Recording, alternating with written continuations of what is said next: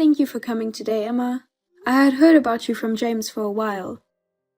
But when I actually met you, I was surprised to find that you are much nicer than I had imagined. I can't believe that such a nice young lady is going to marry James. I am so happy. I think my husband is happy in heaven. Please take good care of James from now on. Please come visit us again. Thank you very much. But let me tell you one thing. Please don't see me again. What? I won't visit you during Obon, New Year's, and GW. If necessary, I'll ask only James to go there. Let's not get involved in anything other than weddings and funerals. Huh? What? Why? I'm sorry, did I do something to offend you? No, it's not like that. I just married James and became his wife. I'm not the bride of your family. I'm a stranger to you, not a blood relative.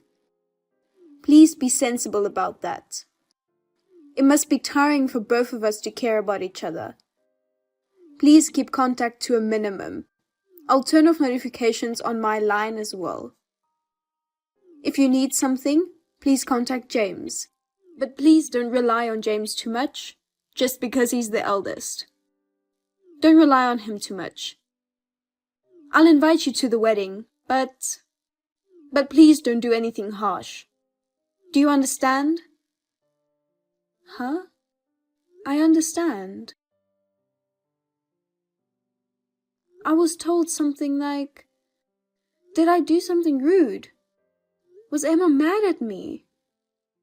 Oh, I forgot to tell you, Mom. I'm sorry. Emma was not mad at you. She's just a little cautious. Wary? You mean she's shy? That's not what I meant.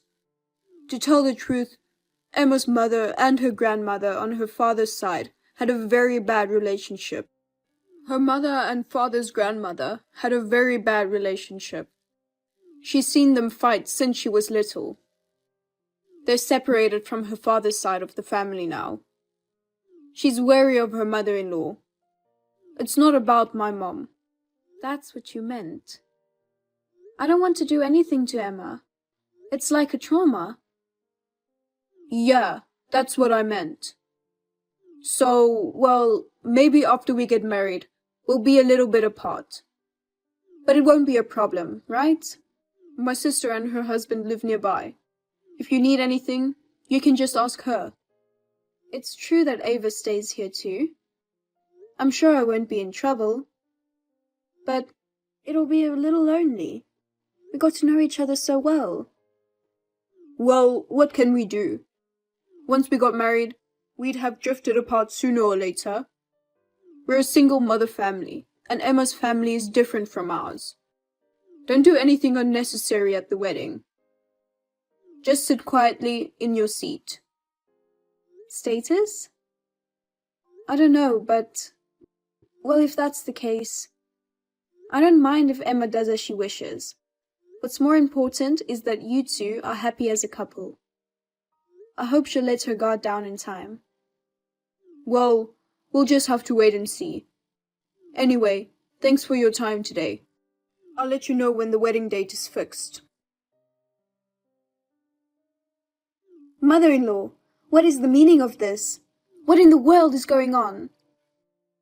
Emma, it's been a while. Congratulations! I heard from James that the baby was born safely. I'm glad to hear both mother and child left the hospital in good health. What is it? Don't act like you're worried about me. Don't even send that. Pretending to be worried? No, I'm not pretending. And what's all that stuff? Baby clothes and money? What do you mean by that? I don't know what you mean. It was supposed to be a baby gift. A small gift. I heard you were going to buy baby clothes. I thought I'd get you some clothes for everyday use. A bib and... I'm sorry. You didn't like it? You've finally shown your true colors. Sending me those cheap clothes and money like that? Like you're trying to ingratiate yourself with me. Are you trying to appeal to your grandchildren? My son is mine and James. He's not your grandson. Just because my son was a boy, you'll say something about an heir. Huh? I didn't mean it like that. There's no room for carelessness. I thought you've been quiet for the past 3 years. You think you can catch me with that cheap stuff? It's just a nuisance. That's why mothers in single-parent households are. I didn't mean it like that. I just wanted to congratulate you. I didn't even know the sex of the baby until just now. No need to make excuses. The child is not your grandchild, and he's not your heir. Besides, there's nothing to inherit from a poor family with a single mother. I never said that. I never thought so. Why do you say that? You're playing the victim. It's so obvious. They don't send unconditional congratulations. We know what they're trying to do. They're just trying to get us with cheap stuff and money. They want us to take care of them in their old age. Don't think you'll get your way. I already threw away those trashy clothes. My parents will give me something better, so I don't need it. What? Oh no. Please don't waste your time like this. No matter how much you try to curry favor with me, I will not associate with you or your relatives. I won't care for my mother-in-law at all. I won't even let my children see her. And please, don't get involved with James anymore. Wait, Emma. You've misunderstood me. Please listen to me. No, there's nothing more to talk about. Pretend we're not here. Goodbye. Mom, what are you doing? I was just getting out the hospital and taking it easy. Don't make Emma angry. I don't know why Emma got mad at me. I just sent my congratulations. I don't know if she blocked me or what, but she hasn't responded. I told you not to interfere as much as possible, but you went to the trouble of sending a congratulatory gift. I don't even know if it was a gift. What do you mean? Don't play dumb with me. Emma was right after all. What did you want us to do with the $3,000 you sent? Were you going to ask us to give you your grandchild? Or you think you would be able to obligate us to live with you? With a mere $3,000. Did you think that you could get close to your son and his wife? Did you think they'd take care of you in your old age? What are you saying, James? What you guys are saying is crazy. What are you thinking? Say it from the beginning. Then let me tell you at this point. I've been putting up with it all my life. Because we were a single mother family. What? I've been lonely because I didn't have a father. I've had a hard time because we were poor. I've always felt ashamed of being a single parent. I've suffered because of you. Even after I got my own place, you held me back with your meager support. When I got married, you tried to interfere with my wife and kids. You tried to do everything according to your wishes. Emma's parents never did anything like that. Hey, James, what are you talking about? I can't live my life being exploited by you anymore. I don't consider people like you my mother. I'd rather just break up with you and be a stranger. I'll live my life with Emma's parents as my parents. I don't want any more support from you. and I won't give it to you. I won't let you see your grandchildren, and I won't take care of you. Spend your old age alone and lonely, and regret what you did to me. Don't touch my house again. I get it. In short, you want to be insulated from me because being a single parent is a disgrace. With my humble assistance or a mere token of a monetary gift. I don't expect you to take care of me in my old age. Is that what you're saying? That's what I said. It's really annoying, so don't ever get involved with us again. I see. Then, will you get out of my house? Huh? Why? Is the house the apartment we're living in now? Yes. If you don't want my help, I suggest you get out of that apartment you're living in. No, why? This is the apartment I've lived in since college. I don't need my mother telling me to move out. I do. That apartment you guys are living in? I'm the owner. Huh? Owner? Yes. I bought it about 10 years ago. I own the whole place. What?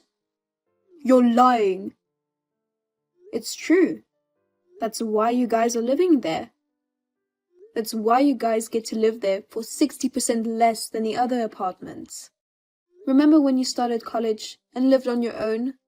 I introduced that apartment to you. Don't you remember?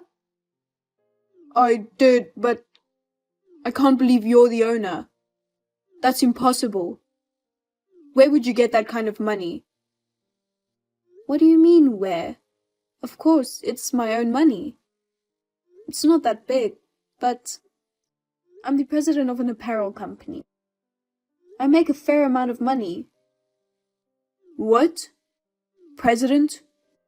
No. Of course not. We've always been poor. Mom, you were always working to make money. You left me and my sister to the neighbor lady. Neighbor lady?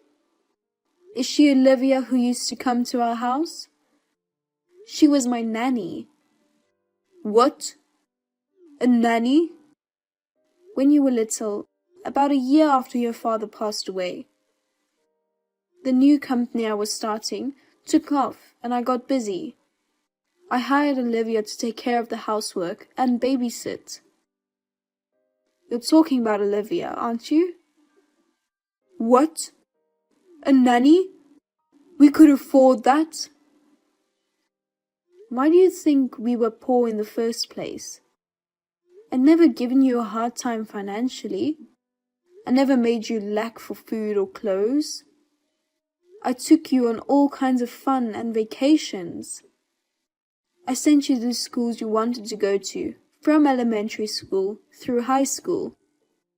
I didn't give you hand-me-downs or second-hand school supplies. We gave you brand new ones. I gave you all the club activities and lessons you wanted. I even allowed you to go to college without a scholarship. I never took a penny from you. When have I ever exploited you? Well, no, because when Emma found out I was from a single-parent family, she told me how hard it was for you to be poor, and how lonely it was not having a father. She said she felt sorry for me because my mother exploited me. She always comforted me. That's when I realized we were poor. I thought, what's that? Emma must have had a preconceived notion that a single mother family means poor. And since you don't know any family with both parents, because you don't know any family with both parents are present, you just assumed it was true because of what Emma told you. That's why I thought you were being so harsh to me. That's why. Sorry, Mom. You know, when I think about it, you even paid for my college tuition. You always sent me enough money. We never had a hard time with money. We had a much better life than most people. But I forgot about that. I'm sorry. I was so ungrateful. Don't apologize. I feel better now that I know why you guys hated me. Mom, well... Okay, back to the apartment. I'm going to change the rent back to the regular rent in the next month or so. What? Wait, why? Why what? You don't need my help anymore, do you? If you want to keep living there, pay the regular rent. If that's not possible, then you'll have to move out. Wait a minute. Why? You just cleared up that misunderstanding. I apologized. You said you feel better.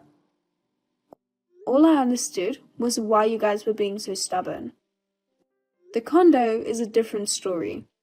I don't think so. You don't want to think of me as your mother. That you're ashamed of being a single parent. You've suffered because of me. With the same mouth that you said you wanted to cut ties altogether. And now that you've apologized, you want me to continue to support you. I don't think you intend to say something shameless like that, do you? No, that's... Words are like bullets. They hurt people easily, and they can't be taken back. I've already lost my patience. I'm going to do you guys a favor and completely cut you off. No help until now. No help from now on. Even after the worst happens to me, I'll leave my inheritance, my company, and everything to Ava. I've already decided where I want to spend my old age. Oh, and you don't have to pay back the money I gave you in college. And the money for the baby shower gift. Wait, Mom. We can't afford an apartment. We just had a baby. We can't afford to raise the rent or move. Why are you saying such a pessimistic thing? Where's that tough attitude you had when you pushed me away? I'm truly sorry. Please forgive me, Mother. I've already made up my mind. You and your wife can talk about the rest. Mother-in-law, I'm very sorry until now. I heard from James. I've misunderstood you, my mother-in-law. I've been outrageously rude. For 3 years. I am truly sorry. Well, well, well. Thank you for contacting me despite your busy schedule.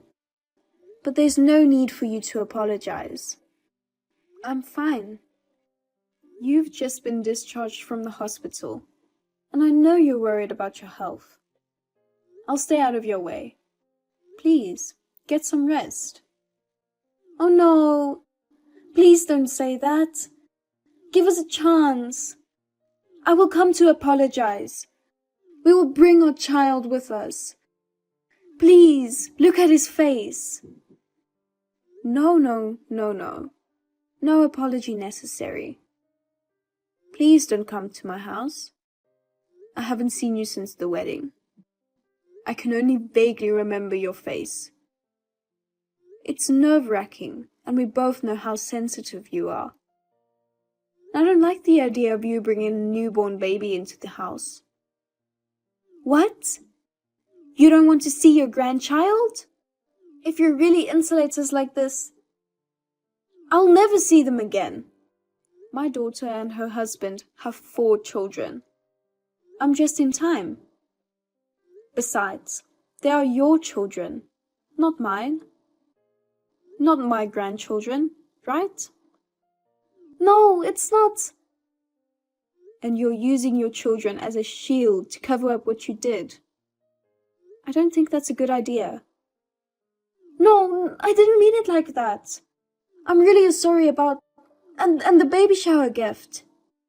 Please allow me to express my belated thanks. I'm sorry about the baby clothes. I'm sorry too. Those baby clothes you threw away because they were cheap? They were my company's baby products. What? Cheap-looking baby clothes made by my company. It wasn't an appropriate celebration. My daughter was happy to use them, so I misunderstood. I'm so sorry. No. I'm so sorry, again and again. Really, oh my. Ever since I was a little girl, I watched my mother being bullied by her grandmother. I've had a lot of sarcastic comments myself. I thought if I got married and she served me like that, I thought about the possibility of having my children taken away from me. I was really scared. I really didn't want to get involved in a wife-mother-in-law problem. I understand that your grandmother is a very troubled person. I know that there are people like demons in this world. But my grandmother and I are different people. She's not a creature called a mother-in-law, but a human being. And when I do not do anything, I am harshly rejected. I feel sad and hurt. I'm sorry. I don't know your mother-in-law well. I was caught up in preconceived notions and did a terrible thing. I'm really sorry. No more apologies. I don't need your mother telling me to move out. I'm also concerned about your physical condition right after the birth. I also need you to cool down a bit. Let's keep our distance for the time being. We'll talk about it when you've calmed down. Yes. Well then, take care of yourself. I'll see you again sometime. After that, I received a polite letter of apology from Emma. Emma's parents, who had no idea what was going on, bowed down to me. It seemed that the misunderstanding had been cleared up, so I made peace with Emma. However, James went out of control. He was so eager to somehow get my permission to continue my support. He would storm into our house early in the morning or late at night before or after work. He would pull our newborn child away from Emma. He tried to bring him to our house, which was a 2-hour drive away. He would put himself on the back burner and say to Emma, "It's your fault," and so on. He caused me and Emma and others a lot of trouble. He eventually charged in and was caught by his sister, Ava. She tightly gripped him, and it seemed like he finally came to his senses. However, it seems that James, who went out of control, scared her so much. At Emma's request, James and his wife are now living separately with divorce in mind. James is unable to see his wife and children freely and is living alone and lonely. It may be Emma's fault for imprinting her beliefs on James, but the worst is James, who then went off on a tangent based on his own feelings. I'm really ashamed of myself.